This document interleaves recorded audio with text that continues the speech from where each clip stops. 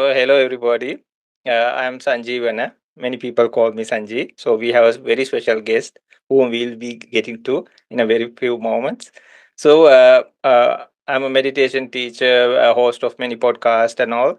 And today we are going to start a brand new one series that will happen uh, uh, continuously. And this we found a very nice lady.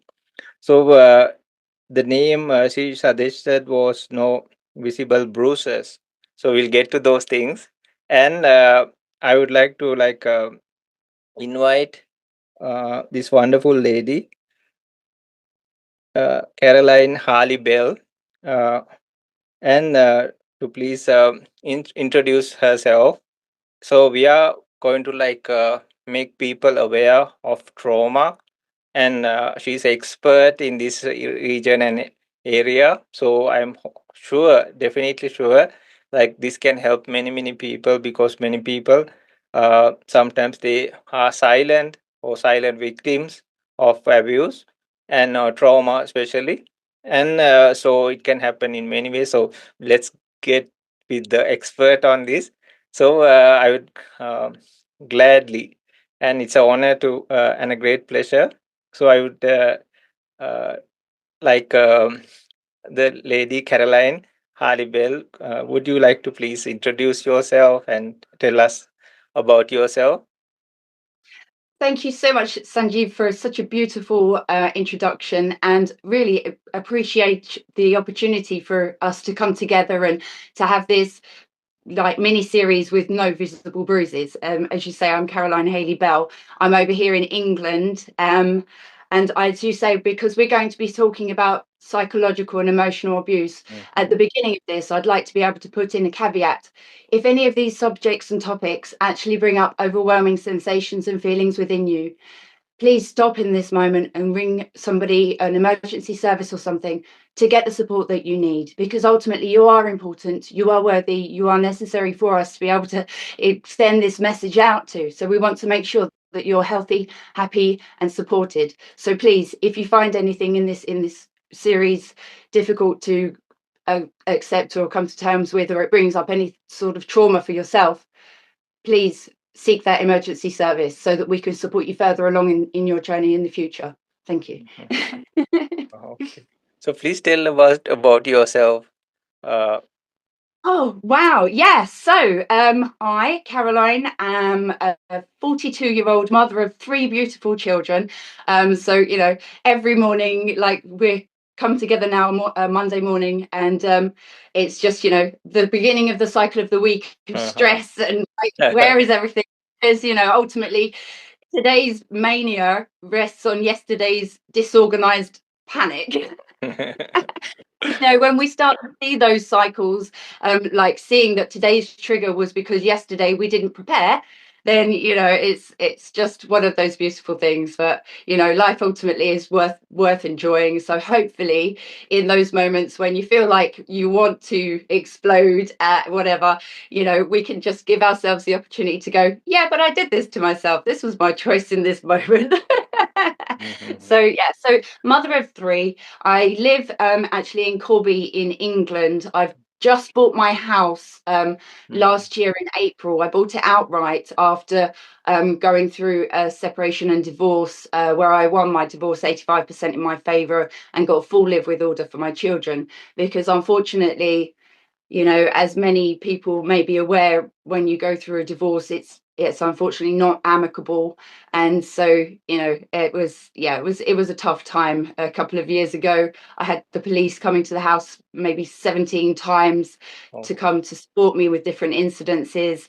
And when your home domestic life is kind of going through a catastrophe, it's very difficult to be able to support other elements of your life in that moment. So I was very grateful for the fact that I had in England the social services come in to support my family, and obviously the police and other charitable agencies like the East London Rape Crisis counselling support that I got, and IDVA teams as well for support on the sexual assaults, because I think it's very, very important at this point that we tell people that quite often, if you are experiencing a domestically abusive relationship and you are trying to extract yourself from that, it's quite often a very, very dangerous place to be coming away from an abusive partner or person. And I want to give again this caveat that, a lot of assaults happen after the dissolution of a relationship. I think apparently I was speaking with one of my counselors, and they said apparently about 70% of victim assaults are due to relationship breakdown, and get very, very dangerous. So, please, please heed my advice in, if you find that you feel like you are in a relationship that's become toxic or abusive in any way, shape, or form. As you said, again, this podcast is called No Visible Bruises, because it might not be that it's a physical assault. It might be that erosion of your character, of your well-being, of your mentality. So those kind of traumas we can't see, but they're very, very real. And so, it seeks professional advice and support in ways that you can, if you feel that that's actually something that you want to choose for yourself moving forward, to find that escape. And also, as well, in this understanding the nature of a trauma bond, the way that your physiology attaches to a perpetrator, because ultimately your subconscious, your nervous system will have that attachment. We make instantaneous judgments of people, like 3 seconds or so in their very first meeting of them.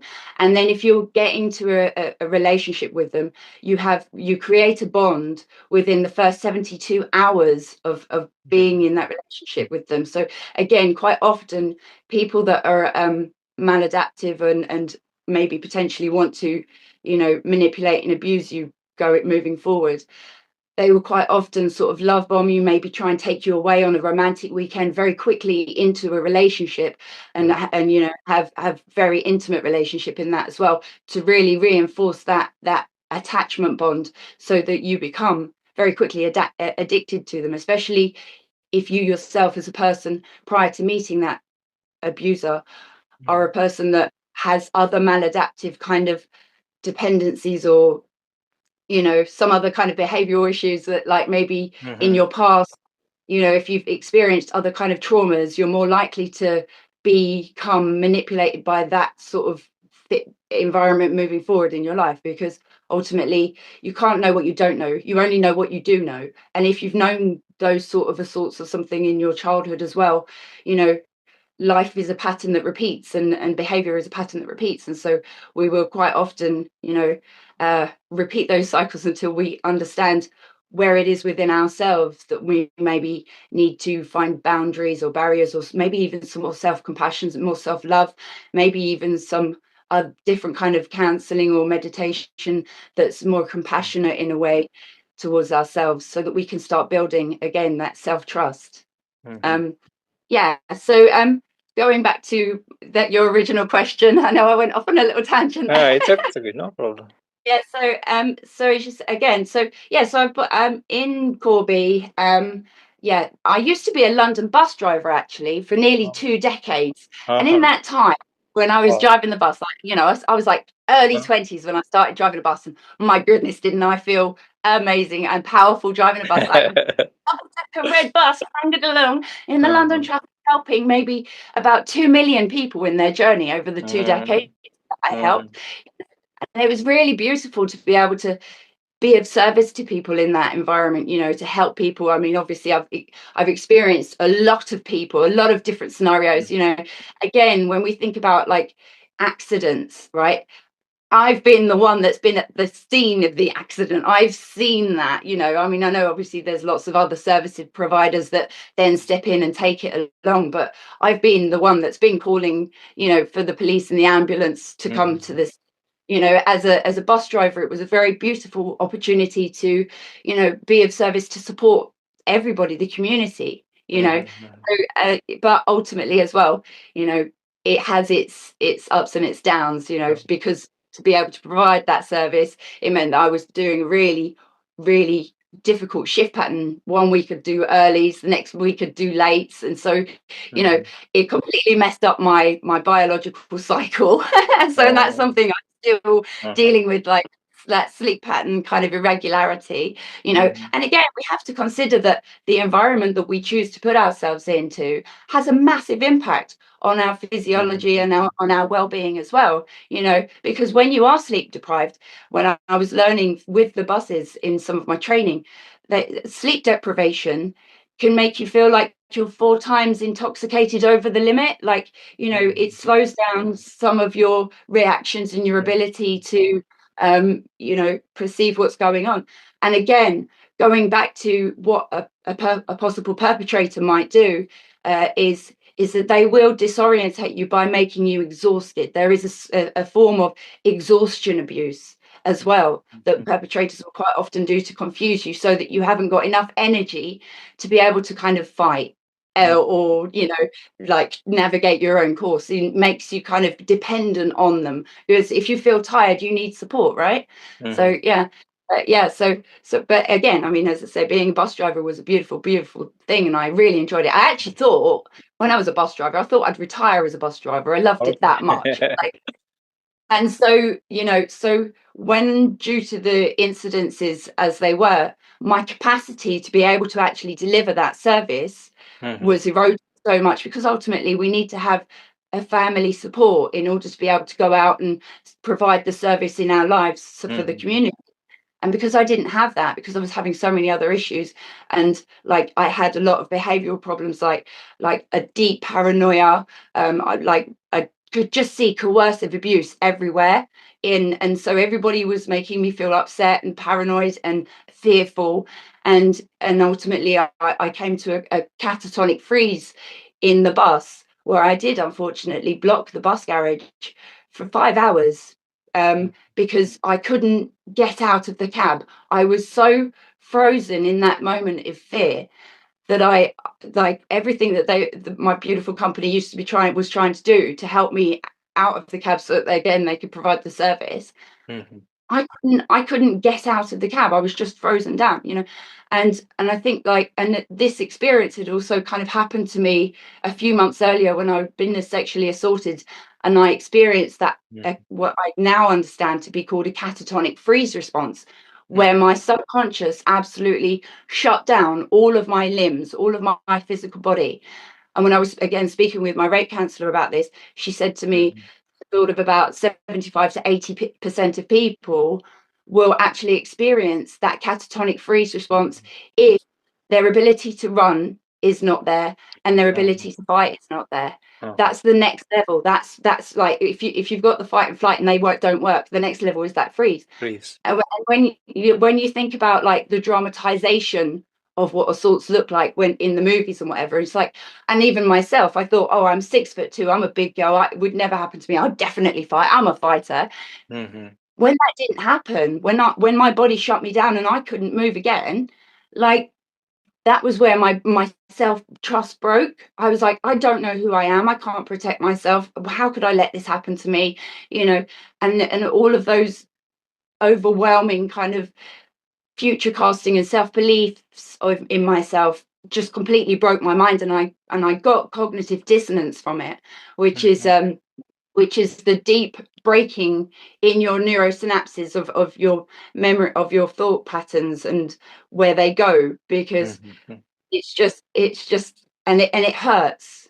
Ultimately, it's like breaking your leg. It's like, if you break your brain, it really hurts. It feels like trying to make a thought by tying one side of your brain to the other side of the brain with a needle and thread through treacle and stabbing it blindly in the dark. And it's like, trying to make cognitive thoughts after that sort of thing for a while, at least until you actually start going along the recovery. It's difficult, and it's not like because obviously we can't see it, and I still had 3 children to care for and come home and look after, and it's one of those things that I really would love to be able to explain to people, so that they can understand the nature of, if someone is experiencing something or has been through other accidents, incidences or abuse, to understand as an external person the kind of hardships that the person that you see right in front of you that might be crying and acting a bit unusual, because you Mhm. can't see the bruises doesn't mean they're not there, doesn't mean there isn't recovery coming through. Mhm. As you say, that's why we've chosen to call this No Visible Bruises, Sure, because sure. it really is, again, it's just a place of finding compassion, time and space to be able to heal. So yeah, Mhm. and then obviously, you know, the railroad of then divorce and then moving and then being in a homeless domestic abuse shelter because things hadn't arranged in the right way, and Mhm. you know, finding the ability to find a community of people that understood what I was like. That was a really, really empowering move in Mhm. the end, even though it was horrible to be in a shelter. You know, it's horrible as the victim to have been extracted from your life and put somewhere Mhm. that isn't your creature comforts. It's a completely different environment. You've got to learn all sorts of new things again, which is very fear inducing, because if you don't know, Mhm. you don't understand something, that's where fear comes in. It's like, oh, it's new. Like, and Uh-huh. so obviously it's there that you get anxiety and like other kind of potentially from the outside maladaptive behaviors, but you're trying to compensate for all of these brand new things that you're learning in a very quick Mhm. succession. I know, and you do, but just Mhm. allow yourself the time frame. You know, it might take 2 years, it might take 10 years, and ultimately we're all different, we're all beautiful, unique individuals. Mhm. You know, so allow yourself space, grace and compassion in that. Yeah. Mhm. So Any questions? wonderful and so great. Eh? So when I saw your profile and all, it says CEO at Create Healthy Choices Limited, and then Yes. brain spotting practitioner, somatic trauma informant in positive psychology coach, and narcissistic abuse specialist, and surely like a mom of three. No, and then uh, post, yeah, and compassionate support for survivors, no, to help you Mm. thrive.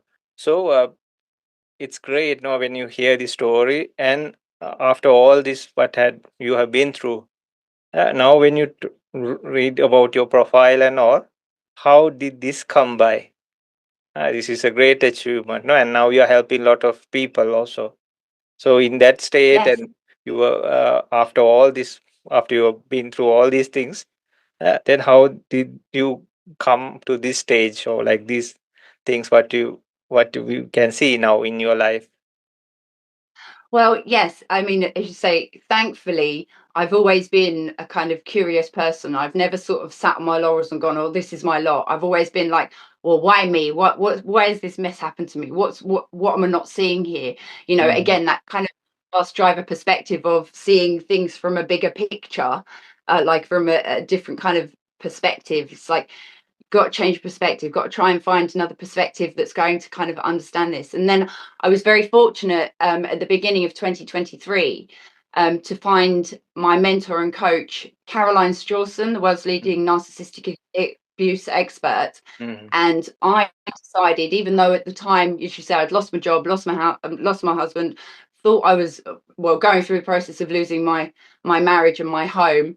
Um, and I thought, you know, I was on benefits and I was like, I don't have any money, but I saw that there was this opportunity to work with this amazing, beautiful Mhm. person, and I was like, I've got to invest in this. I need to know how to heal myself. And she does some beautiful recovery programs, and she does the positive psychology coaching program as well, Mhm. to be able to retrain myself to become a coach. Because again, as you say, when you're sitting there and you have indecision, overwhelm, it's like, I could be anything now. What do I Mhm. be? What have I got that I've got responsibilities for? Obviously, I have responsibilities for my children. So I need to be able to make sure that I can be available for my children. So how do I work with that moving forward? Mhm. You know, so obviously becoming my own boss and working as a coach to help and support people from the comfort of my own home, around the world. Because where are you, Sanjeev? From Where are you Sri in the world Lanka. again? From Sri Lanka.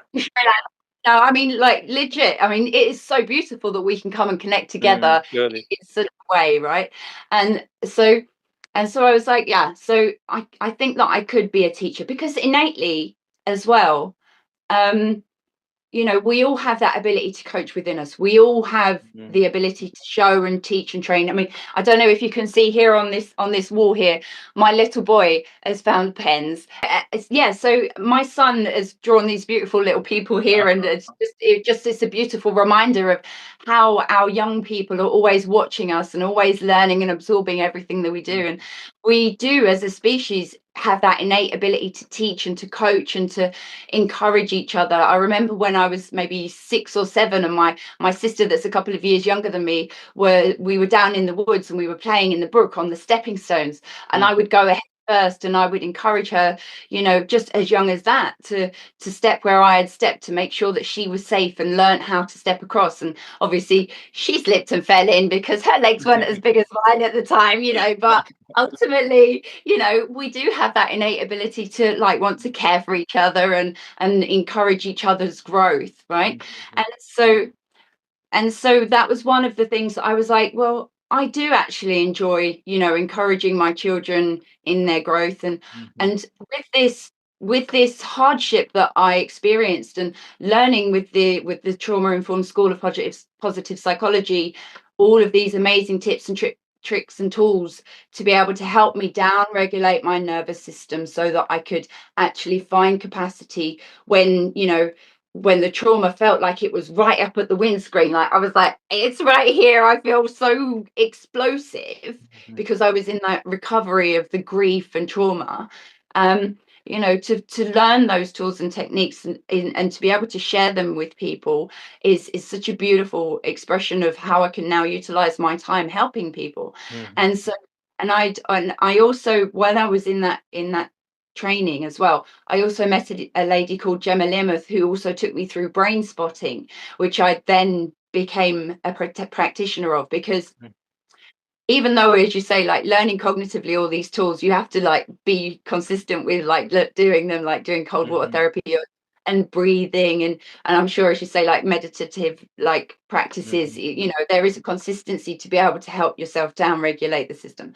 But with brain spotting, because I'm impatient and like, I Mhm. just want it now.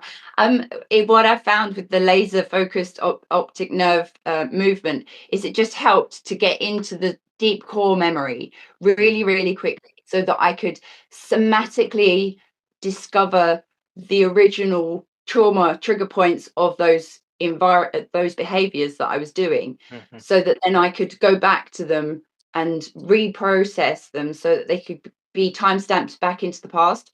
Because, you know, especially as a person that's been assaulted, quite often your nervous system is on such hypervigilance alert that a small trigger that will remind you of the incident will create a lot of explosive reactions, because it's like, that was horrible the last time, I need to do something else to make sure that didn't happen again, you Mhm. know.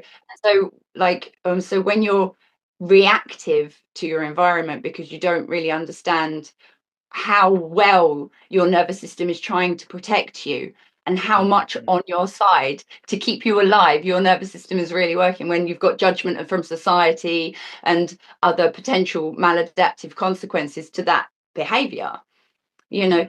Like, so being able to sort of explore those avenues with people with internal family systems, that was you know, discovered by Richard C. Schwartz in the 80s, and also integrating polyvagal theory that was developed by Dr. Porges in the 90s as well.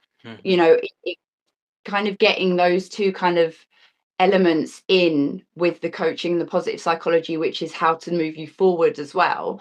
It's just kind of a more holistic kind of whole recovery, rather than just sort of one perspective of recovery. And I Mhm. mean, ultimately, we are whole people, right? We've heard of like 20%, you know, physical systems, 100%, 80% mindset, which creates 100%. Yeah.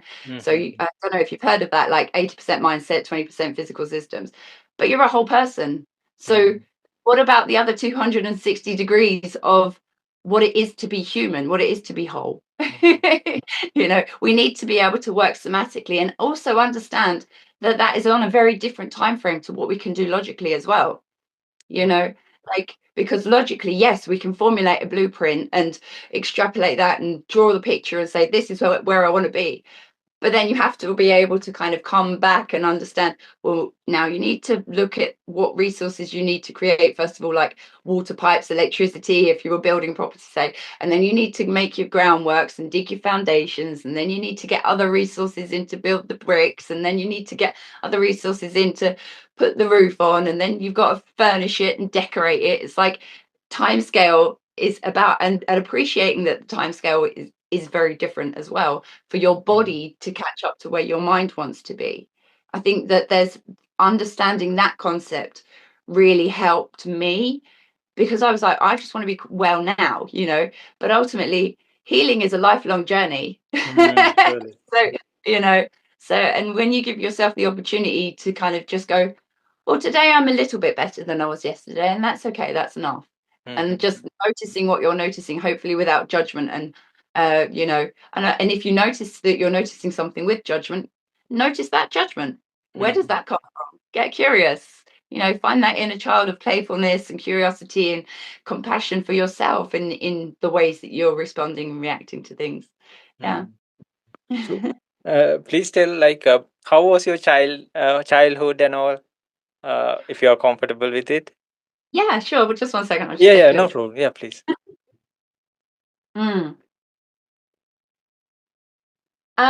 Yeah, so my childhood was a beautiful place. Like, I felt loved. Okay. I'm the third child of 4, and there was quite an age gap between my older siblings and then myself and my younger sibling.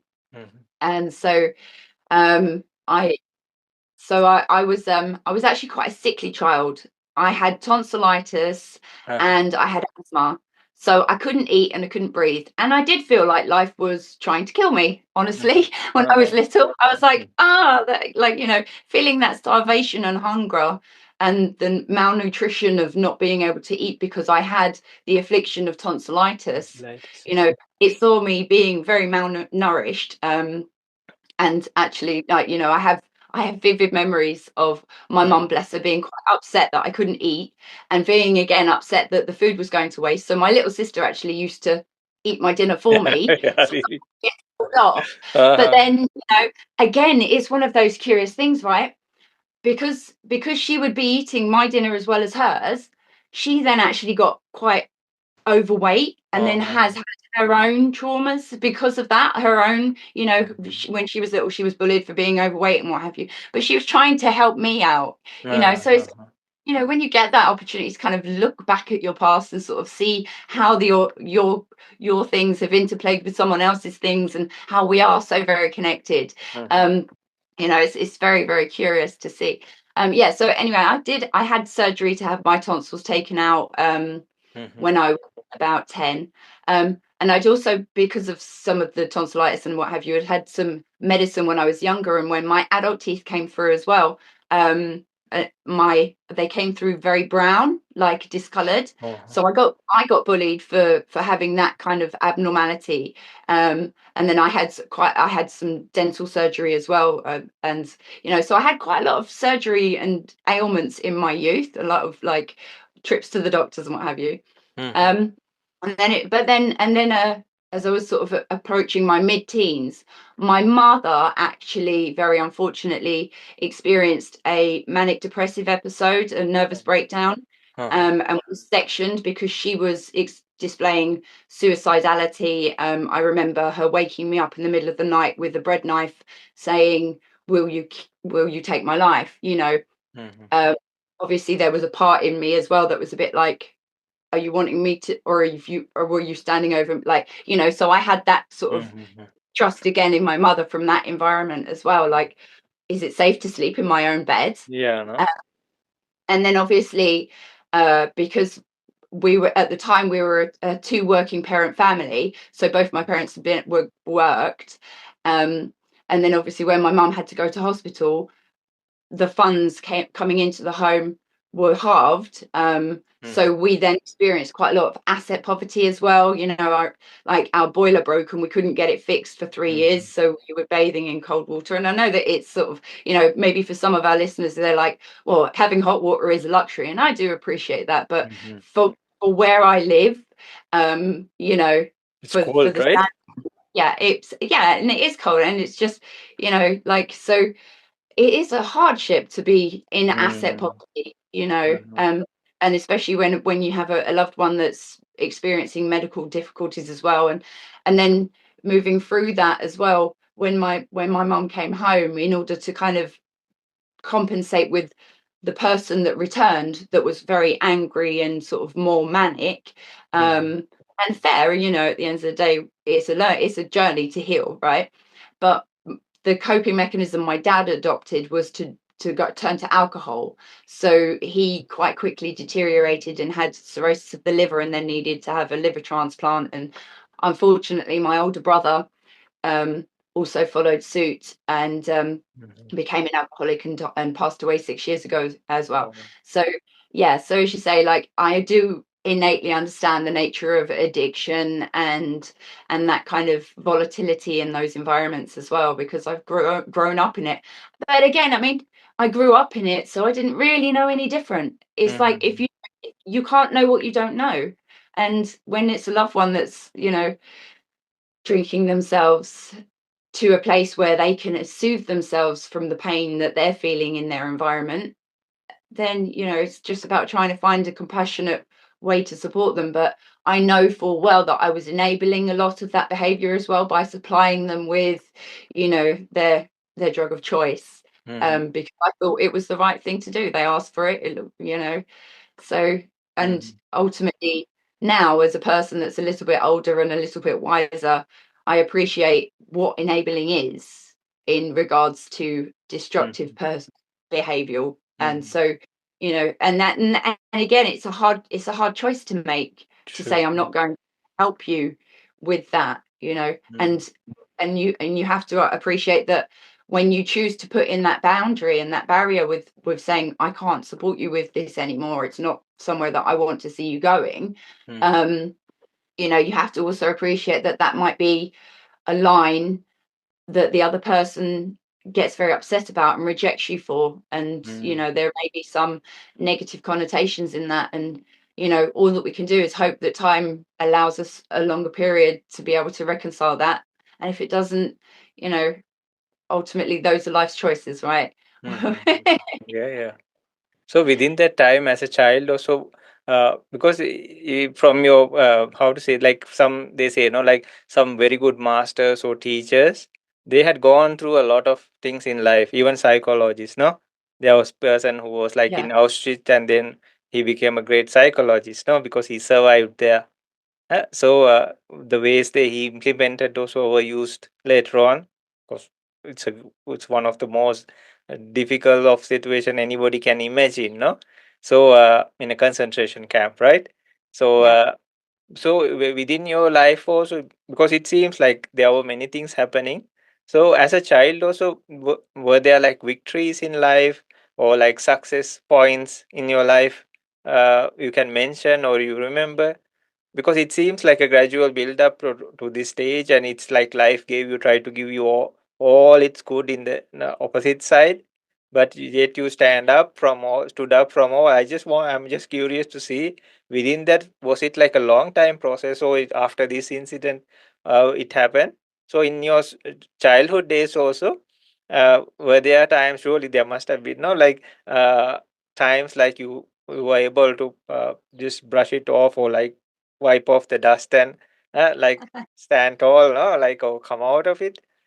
Absolutely. Yeah, as you say, I mean, ultimately, I have cast a very negative picture. And as you say, No, no, no, no. life is a beautiful Yeah, yeah. way of sort of giving us those highs as well as those lows. And so, as a child, I did write a lot of poetry, and I was Wow. very fortunate enough to be able to publish some of that poetry in an Uh-huh. anthology when I was younger.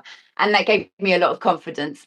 And I also used to work in a school university, as a real life model for the art class as well. Wow. Uh-huh. That gave me a lot of confidence to be a muse, to be a model for that as well. Uh-huh. And then I did a little bit of modeling, and sort of a bit of acting, and what have you, and just experience Okay. different kinds of yeah.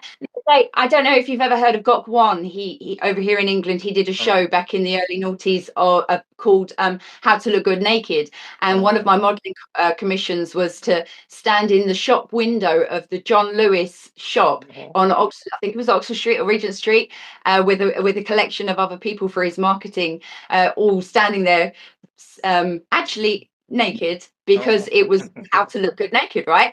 And it was a very empowering situation. But ultimately, as well, it's like I understood, because of the nature of marketing, how sex sells and how that exploitation and can be created as well.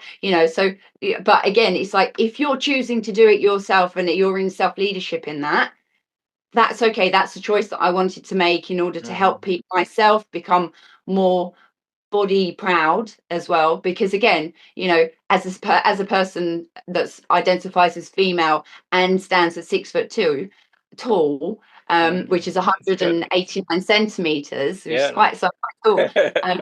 So, but obviously, there was a lot of rejection as well, and I know that I emasculate a lot of people as well. So, it's a curious journey, right? So, but I was like, well, I need to own who I am and my height and what have you. And then as you say, like learning how to drive a HGV class 1 lorry and learning how to drive a bus, those are very kind of empowering situations to find yourself. And then I also chose to become a mother as well, which is also a very beautiful journey. And also I was a stepmother for a period of time as well, which is a beautiful gift. When you choose to be able to, again, extend your love and compassion to another person's child, and hope and pray that I have done them well in their life. So, and she that and that's becoming a parent, it was a beautiful opportunity for me. But again, it's like, when you choose that path, it's like the other sort of things that I may potentially have wanted to have done, it's like, well, I've just put them on the back burner, because ultimately, again, you have to consider your capacity, you have to consider your responsibilities, you have to consider what is right with what you've got right now, and that's okay. So So, yeah. And Caroline, if we ask, like, well, what are you up to now, and how is the situation now in the present moment?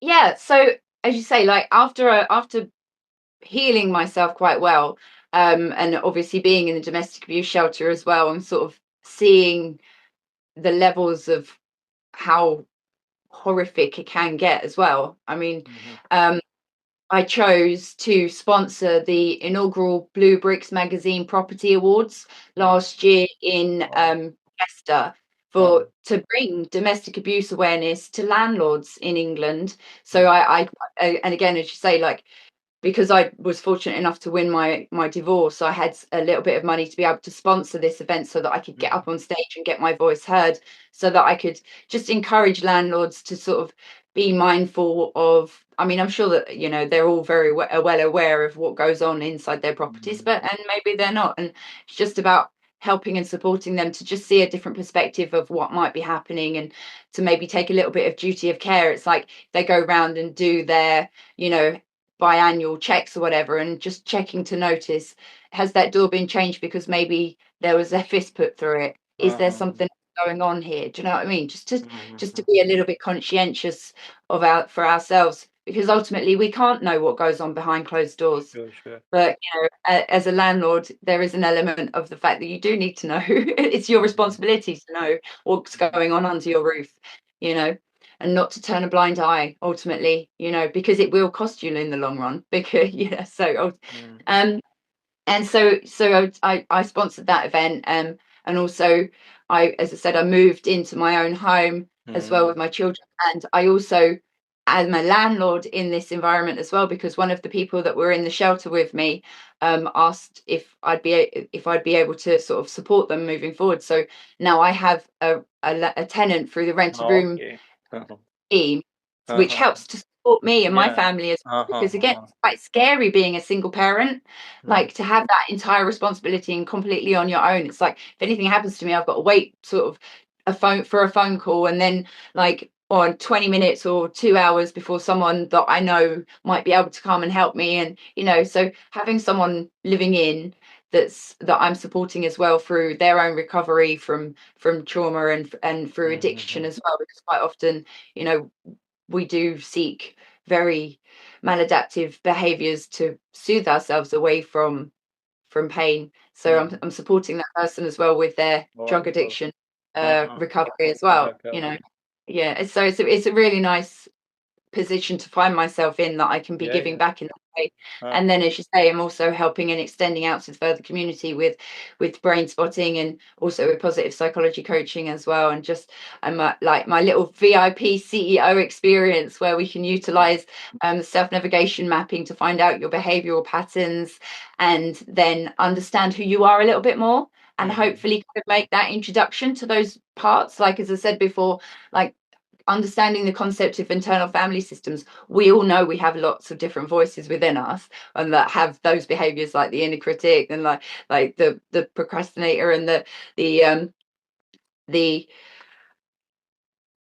and even the good ones, even the motivators. You know, we've got all sorts of different parts within ourselves that give us a whole plethora of an environment to live within our minds, right? we're not just the person that you see in front of us. We're all of our experiences and all of our teachings and all of our decades and decades, right? So it's just nice to give yourself the opportunity to kind of go, well, let me reintroduce myself to me. Hello, I'm Caroline. How are you doing? You know, Yeah, yeah, and very like, yeah, that's nice. what self-trust is. That's how you build self-trust again, by going, well, let me get curious about me. And what is it about me that I do like? What is it about me that I don't like? What is it about me that I want to continue doing? What is it about me that I maybe want to change, and why as well? And let's just get curious. Ultimately, you know, as people, we're always innately curious. And it's just about tapping into that, and just with a little bit of compassion, hopefully. And ultimately as well, you know, my vision for the community at large, because of you know, I've seen a lot of community as a bus driver. I've seen a lot of how people interplay and interact, and you know, when their capacity is too much, and how that's developed into negative events. You know, to be able to kind of give people the opportunity to enjoy the journey a little bit more, um, to give themselves that compassion and that space to be able to just see what's happening without actually having to get involved necessarily straight away, because we're very quick to react. Of course, we have to be. That's our nervous system keeping us alive. And if it needs to react, absolutely it should. But again, as you said, like, where a lot of us are kind of already at boiling point, like that's just that one little thing and it snaps, and it's like, oh, I've seen a lot of that. So I would just love to be able to hopefully get environments and communities to just be able to take a breath, exhale, just breathing that out a little bit, so that they can just, you know, enjoy seeing what it is for what it is, instead of getting involved necessarily, you know. So, Caroline, people can reach you, physically as well as on the internet. Uh, you you are there for like sessions, or like you do, right? Yes, I do work one-to-one with people, and I am expanding in the next few months into my brand franchise partnership with the mental wellbeing company as well, to be able to deliver CPD accredited coaching courses for, you know, understanding trauma, behavioral patterns, and also they're doing mental wellness first aid practitioners as well. I mean, because in business we have to have like a first aid practitioner or first aid point of call if there's an accident. But if someone has, as you say, a mental or emotional overwhelm break, hopefully you know, we need to give those the due respect that it deserves, because quite a lot of companies just pay lip service to mental health at the moment. The WHO, the World Health Okay. Organization, says that, you know, mental and emotional well-being is as important as physical well-being, you know. So, Surely. you know, and you know, when you I remember when I used to go around doing like health and safety checks with my uh with my, what was he now? My union guy. He was also the health and safety rep, right? and he would like walk around with me, and he would ask me to join him, and so he could point out all of the health and safety elements of the property, of the garage, of the bus garage, like where's the fire extinguisher, is this fire exit blocked, looking after your exit strategies ultimately. But again, it's like when you look around those environments as well, it's like, yeah, but here the paint is flaking off and it looks miserable and dull, and that would be something that would become eventually oppressive if that's something that's continuously being in your visual environment, and like those other kind of, and this poster here is sort of a bit leery and loud and maybe has negative connotations, and like so it's just about understanding like how to help people, especially like quite often it will be a case that if someone is experiencing suicidal thoughts or tendencies, and you'll notice them if you're working with them on a regular basis, that their behavior, their demeanor has changed. And if you're aware of what to look for, you know how to give yourself the opportunity to intervene so that you can, hopefully help to support that person. And the thing is I don't know if you've ever heard of the concept always ask twice. It's like, oh, hi, how are you? It's like, yeah, I'm fine. It's like, no, but how are you? And it's in that second question that it's like, well, maybe I'll give myself a bit of a stop to kind of check back in and go, oh, I don't know if I'm actually all right today, but I don't want to share it with you, and that's okay. But it's just making sure that you ask that question twice, because it's just cursory otherwise. It's like, don't really care, and just like it's just formality, but we do care. Ultimately we do care about each other, about our well-being, because ultimately we all depend on each other in ways that can be very unseeable. Like, as I said, when I had that shutdown and I shut down the garage, not only did I impact the garage and the 150 drivers and the buses that couldn't go out, I impacted all the other bus garages as well because of their contingency plan to, support that. And I impacted all of the other people that were waiting at the bus stops and all of those onward journeys as well, all of those connections, and I feel that great weight and shame and upset, I need to be able to help people to understand that one person can have a massive impact, a massive impact. I said, when I was a child and my mum had to go to hospital, and that eroded our family quality of life so huge. One person has such a massive impact. You're important. You're more important than you know. And please, as I said at the beginning of this, if any of this stuff has brought you up with, any kind of triggers or whatever, please seek help, because there is help waiting for you. You just have to look. Yeah. So, if you want, please drink some water or anything. You hear me just like I'm getting emotional, and because I it's people to be okay. We'll talk more deeper things and all, and even sensitive topics, but slowly and surely. And I would just like to ask, like, what you do, like, where would you like to take it in the maybe future or for few years from now? Where would you like to take it to? The vision plan, the big plan. What's on the vision board? That's what he's asking me. Curiosity, yeah. Absolutely, as you say, let's get curious, right?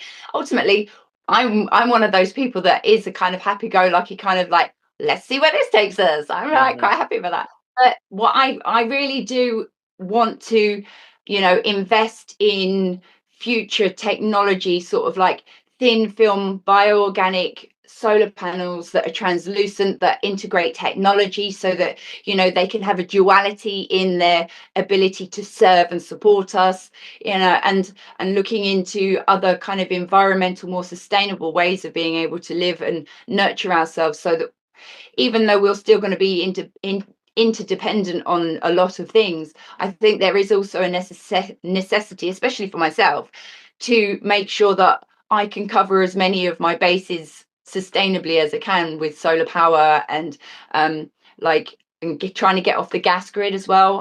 I don't really want to be manipulated by that financial cost, because it like as you say, like, getting a bit political here, but like, when you're resourcing from a different area massively, you are under a lot of control in that.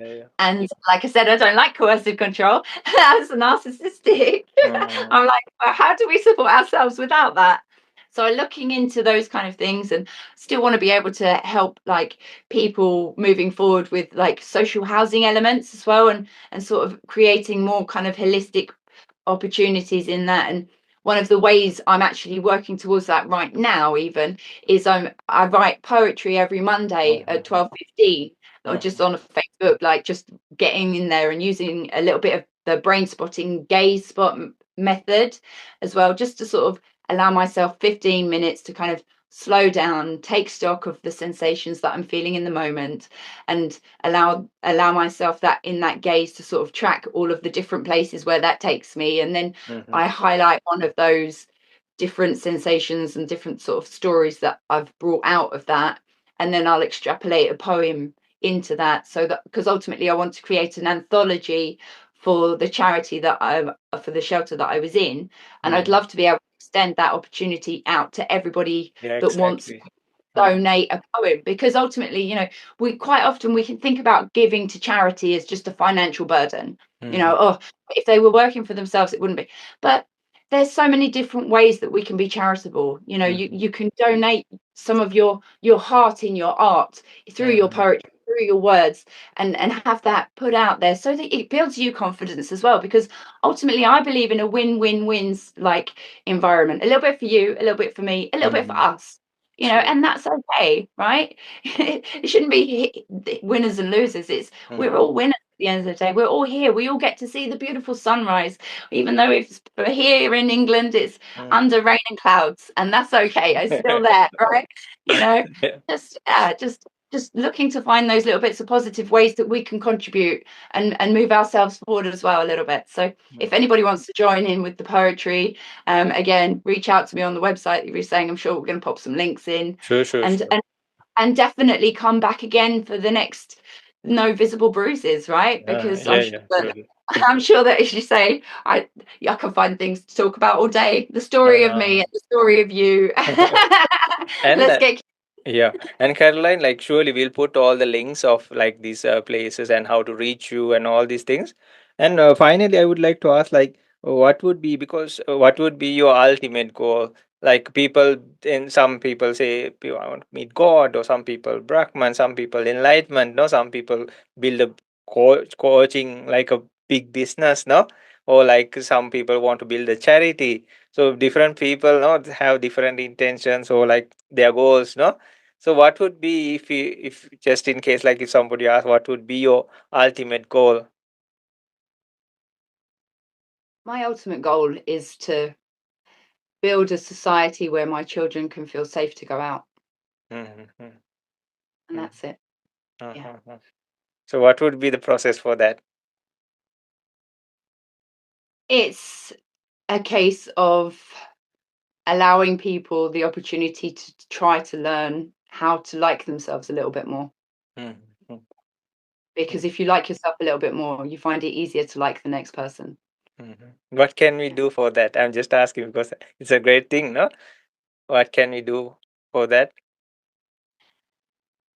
Get curious about who you are as a person, and be brutally honest with the things that you've done in your past. Mm-hmm. Our subconscious has this beautiful way of being our best friend and our best enabler. It will tell us that we were right for doing wrong. And that also comes with some self doubt and self shame and guilt. And ultimately, those are internal compasses that show us our true values and our true destination. But it can be a very slippery slope if you've been pushed past that line into abuse or reactive abuse, or some kind of thing that is intolerable to you. If you've had to do it, it's so easy to do it again. Like with addiction, it's so easy to go and chase it again because you've already crossed that line. But there is a part in you that says, I'd really like to not do that. So Mm-hmm. let's get honest with that quiet little voice, and maybe just listen to it. And yes, the road may seem like climbing a mountain. And maybe even when you get to the top of the mountain, you might think, oh, I'm not sure about this. And that's okay, because that's life and that's journey and that's moving forward, right? But every day you have the opportunity to choose. Every second you have the chance to make a decision Mm-hmm. about who you are and who you want to be. So get brutally honest with where you've come from. Get brutally honest with what you've done and how you felt about that and how you perceive yourself, and then choose, knowing your full picture, knowing your full Mhm. story. Yeah, Okay, I think thank you that. so much, Caroline. So Yeah. we'll definitely meet you all again, and we'll definitely have this uh, program or podcast whenever our main guest is available, and then we'll be try to covering like different very sensitive topics, and make people Mm. aware, and then how they can reach Yeah. out, no, and help themselves. Or some people might be not knowing even they are in that kind of state. So thank you Mm. so much, and it was a great pleasure having you here, and surely we'll meet again. And I wish you the very best in all these wonderful things you are already doing, and hopefully we can help more and more people. So for everybody, Absolutely. yeah, watching this, you can I will put in the links, and then you can definitely contact this wonderful lady, and may this be an inspiration for you all, and even to heal yourself, and even people if you know like who are going through these kind of situations, uh, Mm. you can help them, these people also, no. So Absolutely. thank you Yeah. so much everybody, thank you so Looking much, forward to Caroline. learning Have everything. a wonderful Yes. day, and thank Yeah. you You everybody. too. Have a good day. Bye. Okay, Good see luck. you.